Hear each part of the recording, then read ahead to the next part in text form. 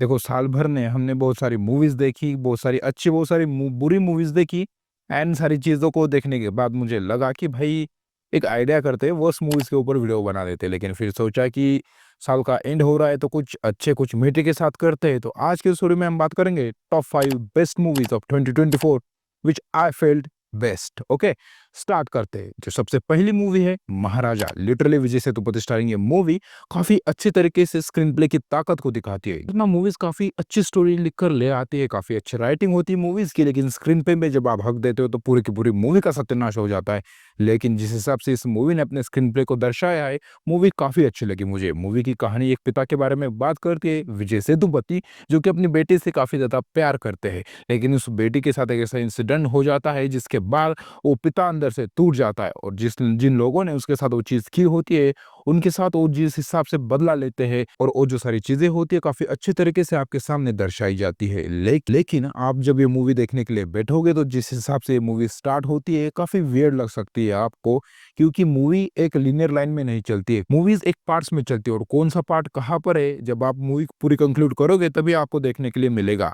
लेकिन आप लिख के ले लो कि इस मूवी से बेहतरीन मूवी शायद आपने नहीं देखी होगी, आपके इंसानियत के ऊपर से भरोसा ही उठ जाएगा इस मूवी को देखने के बाद। लेकिन जब आप इतने हेवी मूवी देखते हो तो उसके बाद एक मन हल्का करने के लिए आपको कोई और मूवी लगती है, तो वो जो मूवी है उसका कोटा पूरा करेगी मडगांव एक्सप्रेस। मूवी लिटरली इतनी ज्यादा फनी है कि आपको दे दना दन, ढोल धमाल जैसी मूवीज की याद आएगी, फिर हेरा फेरी एंड हेरा फेरी को भी आप जरूर याद करोगे। मूवी की कहानी बात करते हैं तीन दोस्तों के ऊपर, जिनका बचपन से सपना होता है कि वो लोग गोवा के ट्रिप के ऊपर जाएंगे, लेकिन initially finance and after becoming settle भाई किसी को वक्त ही नहीं मिलता है, जो कि रियल लाइफ इंसिडेंट्स भी है। लेकिन जब ये तीनों के तीनों दोस्त एक साथ आते हैं, गोवा के प्लान को एग्जीक्यूट करने के लिए लगते हैं, गोवा का प्लान एग्जीक्यूट हो जाता है बाय द वे। लेकिन जब वो गोवा में पहुंच जाते हैं तो उनके सामने एक बड़ी मुश्किल सामने आ जाती है, क्योंकि जो दो गैंग्स होती है बड़ी बड़ी, उनका एक कोकेन की डील चल रही होती है, और जब इन तीन दोस्तों के हाथ में वो कोकेन लग जाता है तब से उन लोगों की जो जिंदगी पलट जाती है लिटरली। उसे देखने के बाद आप हैरान हो जाओगे कि भाई किसी के कितने ही यल लग सकते। लेकिन ये मूवी लिटरली मैं लिख के देता हूँ को आपको इतनी ज्यादा पसंद आएगी, और इसकी जो कॉमेडी है वो काफी ब्रिलियंट तरीके से लिखी गई है। लेकिन इस मूवी ने फाइनेंस में उतना ज्यादा अच्छा परफॉर्म नहीं किया था जितना शायद इस मूवी को करना चाहिए था। I think less awareness about comedy right now.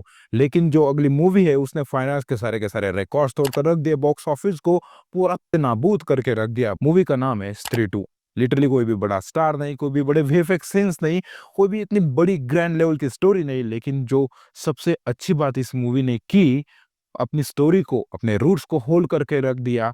जिस हिसाब से इसका जो पहला पार्ट था स्त्री, और जो सेकंड पार्ट था स्त्री 2, लिटरली पूरी की पूरी स्टोरी को जिस हिसाब से उन लोगों ने कनेक्ट किया और एक यूनिवर्स को एस्टेब्लिश किया, वो काफी सारी मूवीज करने में फेल हो जाती है।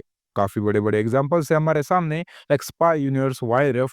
इन लोगों ने अपनी स्टोरी के पार्ट्स को कहीं ना कहीं कनेक्ट करने की कोशिश की, अपने यूनिवर्स को कनेक्ट करने की कोशिश की, लेकिन नहीं कर पाते। लेकिन स्त्री का यूनिवर्स काफी अच्छे तरीके से इन सारी चीजों को कनेक्ट कर पाता है। लेकिन जब कोई यूनिवर्स, कोई प्रोडक्शन हाउस इन सारी चीजों को एग्जीक्यूट अच्छे तरीके से कर ले, तो आपको फिर ये पता लग जाएगा कि किस हिसाब की स्टोरी आपको देखने को मिल सकती है। लिटरली मैं इसके फ्यूचर मूवीज के लिए काफी ज्यादा एक्साइटेड हूँ, and specially Bhediya versus vampire के लिए। लेकिन जो अगले आने वाली मूवी है, काफी लोग मुझसे एग्री करेंगे, काफी डिसएग्री करेंगे, लेकिन मुझे पर्सनली मूवी काफी अच्छी लगती है। मूवी का नाम है कल की। लेकिन जिस हिसाब की पिछले 4-5 सालों में प्रवास की मूवीज रही थी, लोगों को काफी कम एक्सपेक्टेशन थी इस मूवी से, लेकिन मुझे पर्सनली काफी ज्यादा एक्साइटमेंट एंड एक्सपेक्टेशन थी इस मूवी से, क्योंकि मुझे हिस्ट्री एंड मैथोलॉजी पढ़ने में एंड सुनने में, देखने में काफी मजा आता है। तो जिस हिसाब की इस मूवी की स्टोरी है, एक फ्यूचरिस्टिक डिस्टोपियन वर्ल्ड में जहां पर सारी की सारी चीजों को एक higher authority called complex control करती है, और जो बाकी के जो लोग हैं जो कि कॉम्प्लेक्स का पार्ट नहीं है, उन लोगों की बदतर जिंदगी जीनी पड़ती है। लिटरली आप सोचने के ऊपर मजबूर हो जाओगे कि भाई अगर ऐसा फ्यूचर होगा तो हमें चाहिए नहीं। लेकिन एक भविष्यवाणी थी जिसमें यह बताया जाता था कि कल क्या आएगा जो कि कली को मारेगा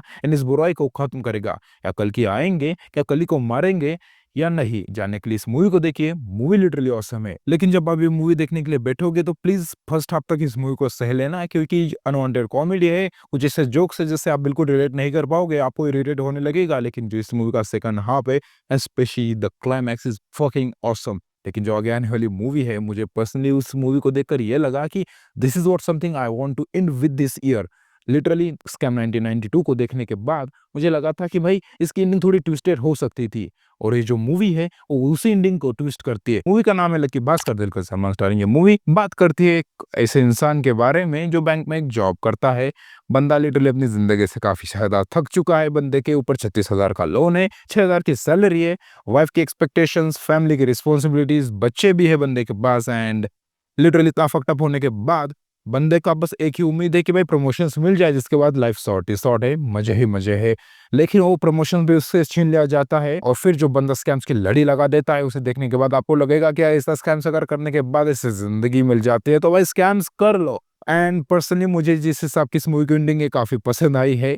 अक्सर वही सारी चीजें स्कैमस्टर मूवीज में दिखाई जाती है कि भाई स्कैमस्टर्स के जो माइंडसेट होते हैं उसे दिखाने की कोशिश करते हैं, एंड फिर जो स्कैम्स करने के बाद उस बंदे को गिल्ट होती है, पश्चाताप होता है, जो सजा मिलती है, उन सारी चीज़ों को मैं नहीं देखना चाहता।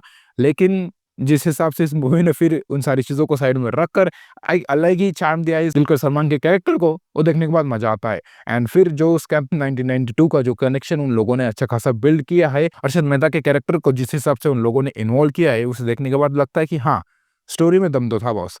लेकिन ये सारी चीज़ें हो गई टॉप 5 बेस्ट मूवीज़ के बारे में, लेकिन कुछ ऑनरेबल मेंशन्स भी है जो अब मैं आपको ज़रूर देना चाहूँगा। Number 1, Chandu champion. Movie literally काफ़ी अच्छी है, लेकिन कुछ कमियाँ है मूवी में, जिसकी वजह से शायद चक दे इंडिया एंड भाग मिल्खा भाग जिस लेवल की मूवीज़ थी, उस तक नहीं पहुँच पाती। अगर वो कमियाँ ना होती तो ये मूवी काफ़ी बढ़िया हो सकती थी।